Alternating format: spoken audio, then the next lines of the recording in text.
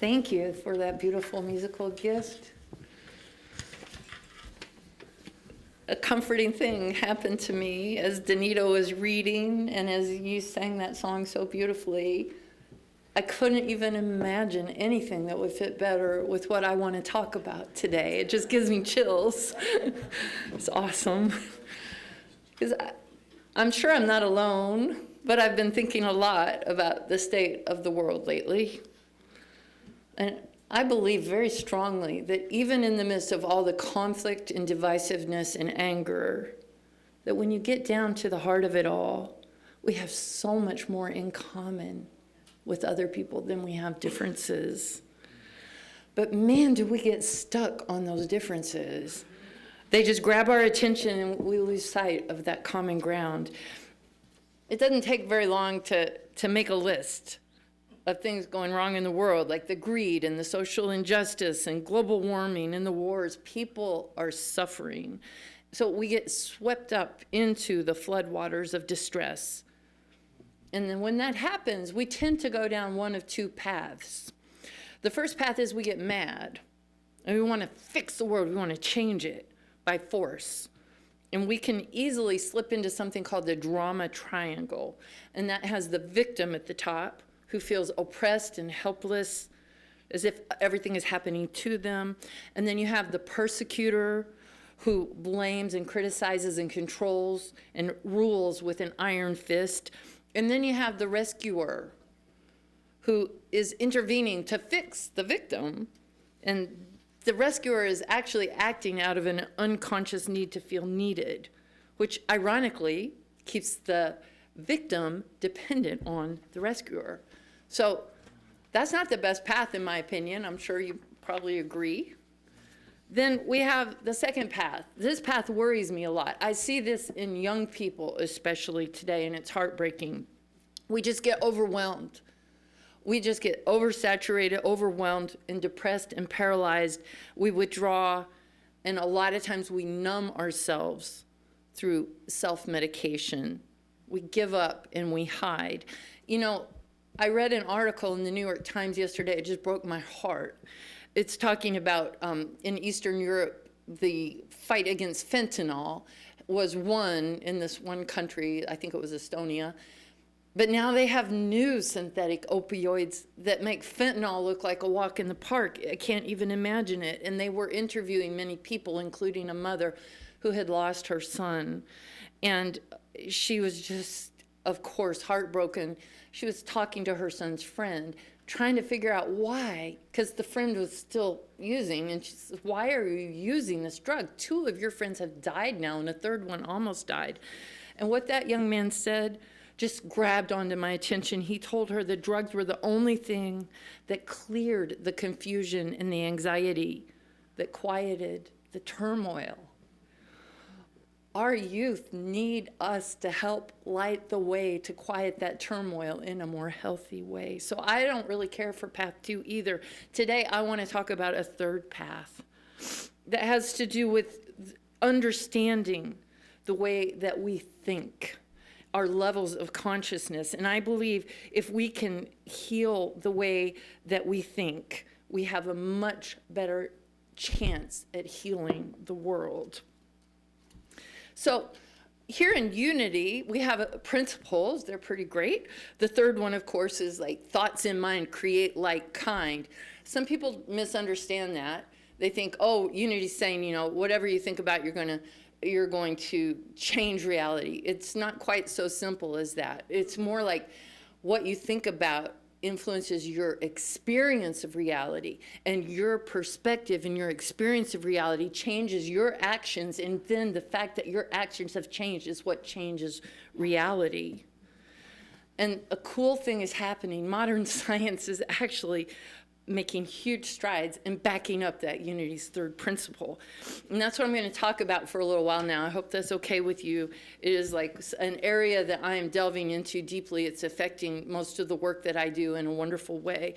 Did you know that human beings have walked this planet for more than 300,000 years, but thanks to these breakthroughs in neuroscience, including like MRI technology, in the last 30 to 40 years, we have learned more about the human brain than we have in all those other years combined. It's really quite stunning. And the part that interests me the most is trauma and how it affects our brains, because I believe that is where we're going to be able to make the most progress in helping people. Now, trauma is, most of us have a vague idea of what is trauma. Well, it can be described clinically like an emotional or physical experience that completely overrides a person's capacity to cope at the time that the event occurs. Now, there's big T trauma. That's what we usually think of, like the death of a loved one or a physical attack or being in a war, major life upheavals. But there's something else that what most people don't think about, and that's what they call small T trauma. And that's more like a chronic stress situation more than a major life event. It's subtle, but it has a deep cumulative impact. And it can be like emotional wounds, especially that happen in your formative years from 0 to 7, like rejection, betrayal, abandonment, humiliation, bullying, or growing up in an environment where your childhood emotional needs were not met consistently. So whether you experience big T trauma or small T trauma, the brain faces a massive metabolic crisis when this happens. To survive that trauma, your brain deploys stress hormones like cortisol and adrenaline to pour every ounce of energy into immediately protecting you. Your brain is trying to protect you from whatever is causing the threat. But that makes a problem. The lasting problem is that after a traumatic event, your brain doesn't know how to process that so well. Ideally, all your negative experience would be what we call integrated. That means you experience something stressful, but it's manageable. Your brain processes it, gives it like a timestamp and files it away in your long-term memory. You can recall it voluntarily. It might feel sad or frustrating or even scary, but in your brain it belongs firmly in the past. Unfortunately, with trauma, most of these things are not integrated. They're unintegrated. So that means that your brain's processing center is basically offline because of that massive cascade of stress hormones that went through it. So the experience is not filed away correctly. Instead of cataloging that trauma and tucking it away in the past, your brain continuously predicts that that threat is happening right now. And it keeps your body heavily invested in an exhaustive defensive state. I am a licensed minister now, but I still have 2 more years of schooling before I'm ordained, but I'm getting to take these incredible classes with Unity Urban Ministerial School. And I'm meeting some of the most profound thinkers I could ever imagine in my classmates. One of my fellow classmates is named Reverend Michael Small, and he's not only a minister now, but he's a therapist, and he deals with trauma. He lives in New Mexico. He says when we are living inside of our trauma, it becomes the only lens we have. Everything we see, every decision we make, every relationship we enter is filtered through that pain. So seeing life through that trauma lens keeps us trapped in this state of fight, flight, or freeze. What does that do to our higher reasoning skills, the seat of our empathy, our capacity for connection? All those things are compromised. We react with self-defense, with judgment and polarization. And this is how we unintentionally pass down this legacy of fear, even across generations. So that sounds really awful, right? Really bleak. But I'm here to say that to me, this is a great cause for hope. Why? Because science has not only told us about trauma and how it affects the brain, science has also discovered something called neuroplasticity. Now, neuroplasticity shows us that our brains are malleable. They are constantly adapting to our experiences.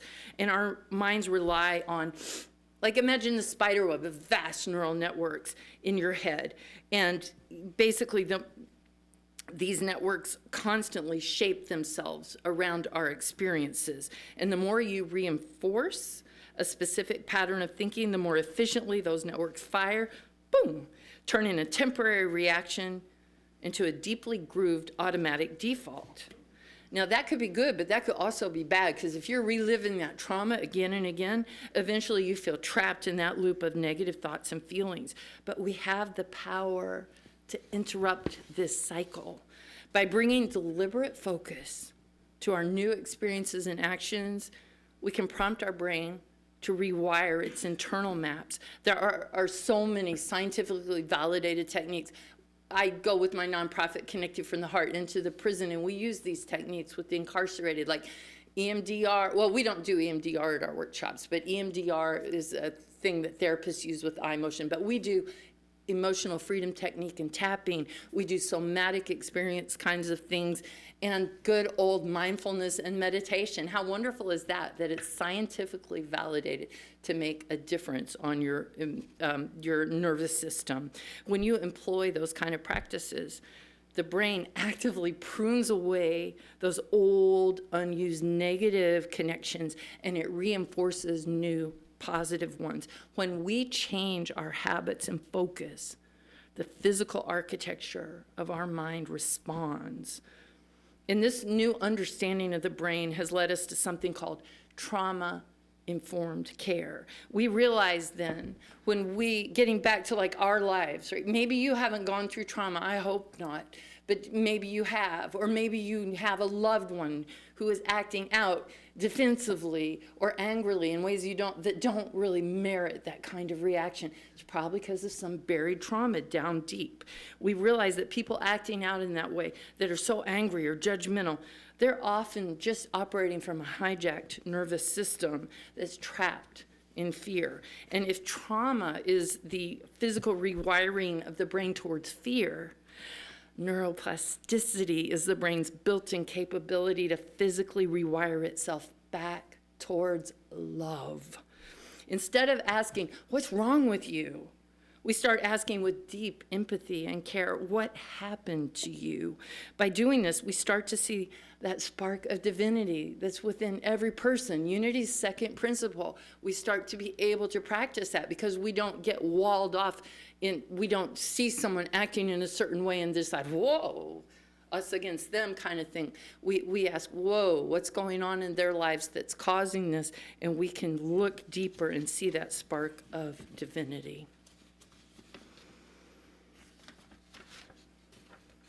When we practice this new way of thinking, we move away from that drama triangle to something called the empowerment dynamic. The victim becomes the creator. Instead of thinking that everything is happening to you and that you have no control over the world and waiting for somebody to come by and fix everything, you start to focus on what you do want to see in the world. You focus like a laser beam on what you do want to see. You become the creator of your experience. And the persecutor becomes the challenger. Instead of tearing other people down, you begin to build people up. You hold them accountable. Maybe you're a little thorn in their side. You're going to provoke some learning, but you're going to encourage growth in an emotionally intelligent and supportive way. And the rescuer becomes the coach. You're supporting people rather than trying to fix their problems. Coaches empower others to find their own solutions by using deep compassion, active listening, and asking questions that inspire people to find their own inner wisdom. Coaches move from trying to rescue or fix to seeing the intrinsic good in other people and guiding those people back to their own divinity and wisdom within. You know, when I started ministerial school and I started being a minister, I'm actually now in the ministerial team at Unity of the Valley, people start coming to you with their problems.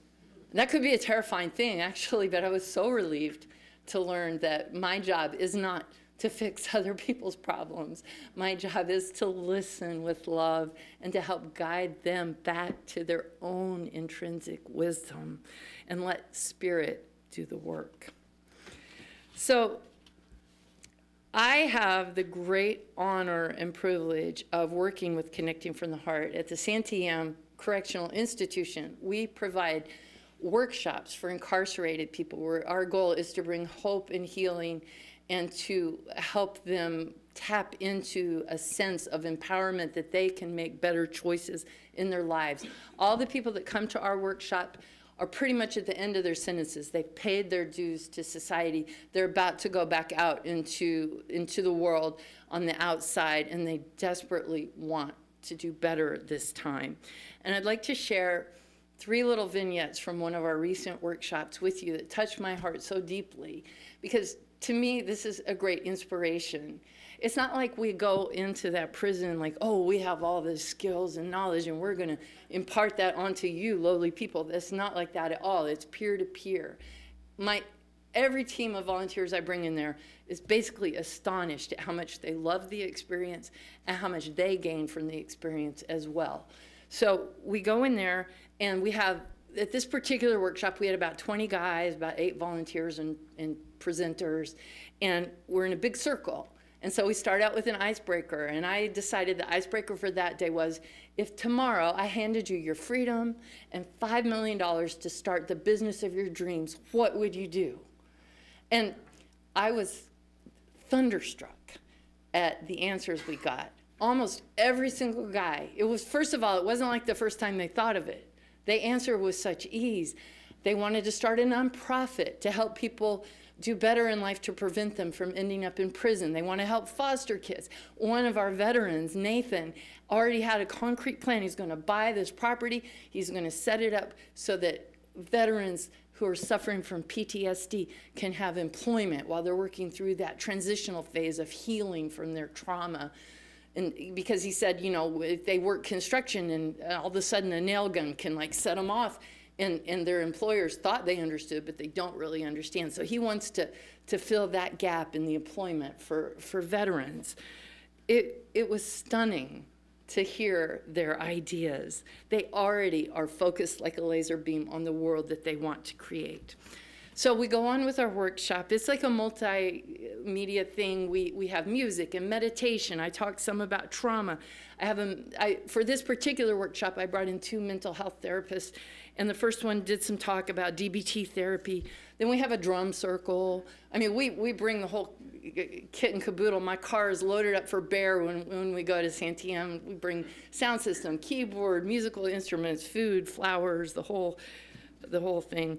And so we did our drum circle, and we had refreshments. And during the refreshments time, I had cards that our congregation at Unity at the Valley had created, messages of hope and love, that we have a little pen pal thing going on, and we bring the cards to them, and then oftentimes they'll write replies back on the feedback form. And I was handing them out. Now, I had been told that a couple of the guys had to leave to go to some other activity, but they would be back. But I'm not really thinking that clearly in the excitement of the moment. I'm handing out cards left and right, and everybody gets a card, and I see, I still have more cards. I can't take all these cards back home. Who wants a second card? So I hand out all the cards. And the 2 guys come back, and they're like, hey, how can I get my hands on a card? I'm like, I will fix this. I will get you your card. But inside my head, I'm thinking, oh my God, what have I done? Here's these guys. They don't have very much at all. I've just handed them this message of hope and love from the outside. Now I'm going to ask them to give it back. So I was mortified. So the next activity that happened after refreshments is our other therapist, Liz Bruno. Well, she's actually not a therapist, but she's a nonviolent communications teacher. She had this activity where in nonviolent communication, there's an activity where you have cards. She brings in like 100 cards. On each card is printed a word, and these all stand for needs, like the need for love, the need for companionship, the need for order, for forgiveness, for praise, for, just any needs that you could imagine. She lays out those cards. And then she takes volunteers, and one person sits in front of the group, and they share a painful experience. And then we ask the participants to go choose 2 cards and lay them at the feet of the person who shared. The first time we did this, I held my breath. Because, you're going into a prison. You don't know if people are going to open up.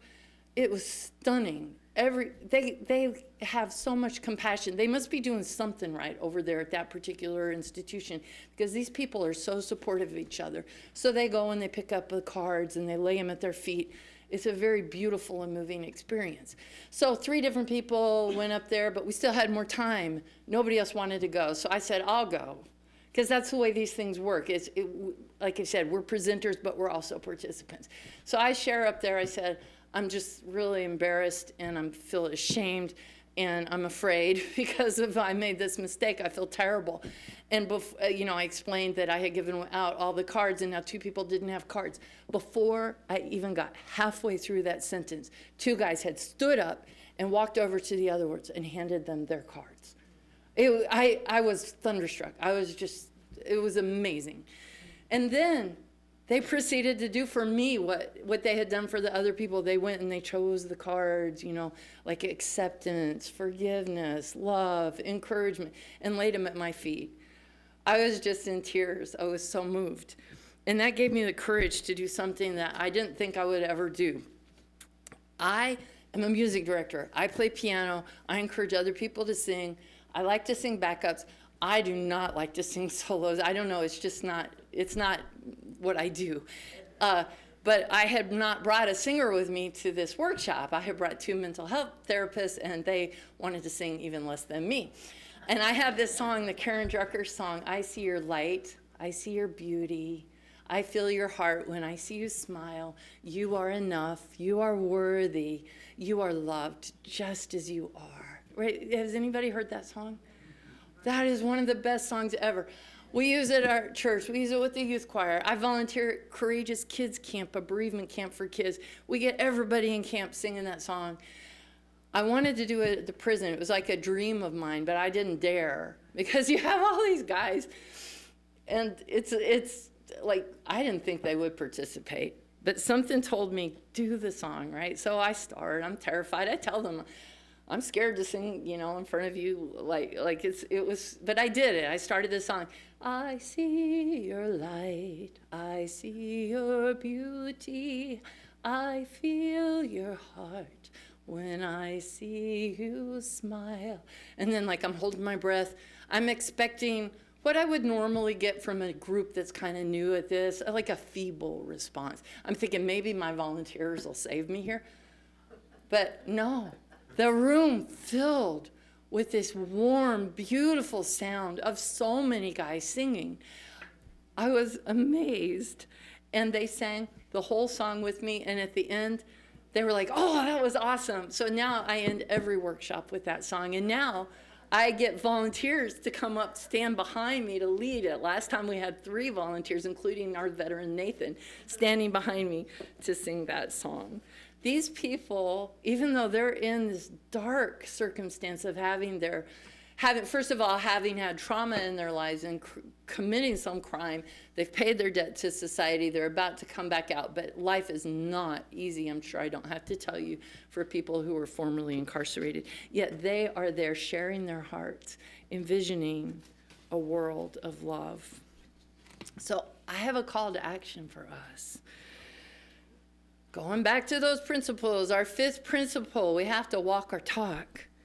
Knowing and understanding what the Fillmores taught us, or even what Jesus taught us, that is not enough. We have to live the truth that we know.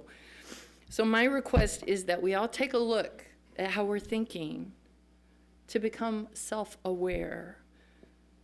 Are our thoughts creating a legacy of fear or a legacy of love? You may find yourself practicing compassion, seeing the divinity in the person in front of you. If that's the case, just let that joy sparkle in your eyes. Let that happiness fill your heart. Breathe deeply and celebrate that love that you've discovered. And if you find yourself triggered back into the world of fear, look softly into the eyes of the person that you disagree with. Listen deeply to what they have to say. Be curious instead of threatened. Seek to understand. Be gentle with them and be gentle with yourself. Let go of judgment, rekindle compassion, and find your way back home. So I'm going to walk over to the piano now, and I'm going to lead us in a meditation. And Garth is going to put on an audio of bird song that I recorded in my backyard. I live out in the country in Blatchley, and it's just something to help you relax a little bit. It's got the sound of the creek and the sound of birds.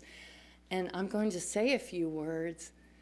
And then as you go into a deeper state of relaxation and meditation, I'm going to play a piece for you. It's called My Precious One, composed by Doug Hammer.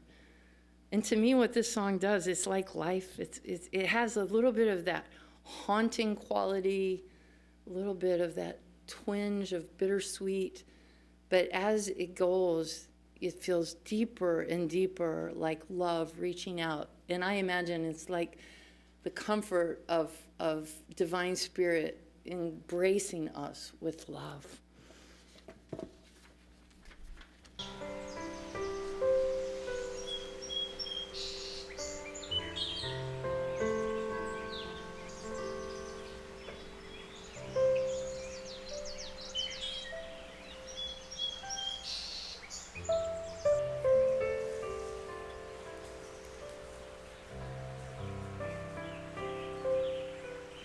So, as we begin our time of meditation, take a moment to check in with your body. And if you feel tight in any particular area, breathe into it and let that out. You know, we want to share our hearts with the world, but the first fundamental step that we need in doing that, to do that, is to first love ourselves. We tend to be hard on ourselves. We even beat ourselves up sometimes. But it's time to let go of that and to see ourselves with the same compassion that our Creator feels for us. So imagine for just a minute all your worries and your cares as if they're wrapped around you tightly. And it feels awful. It's uncomfortable. But as you breathe, gently peel away each layer slowly and just toss it off and let it dissolve. One by one, let go of your fears. Peel off the judgments we have for each other or for other people. And let go of the judgment you may have of yourself. You are enough. You are safe. You are held gently in the arms of your Creator. You are loved.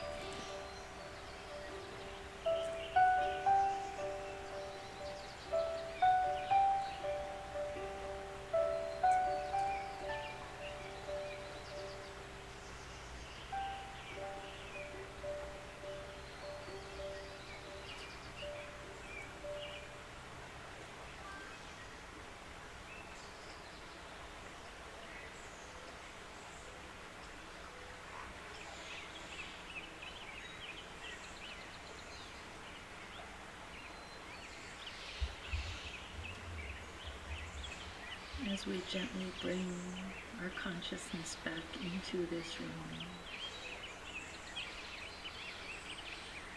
we feel that love flowing through us. Our hearts are filled with gratitude and joy. Namaste.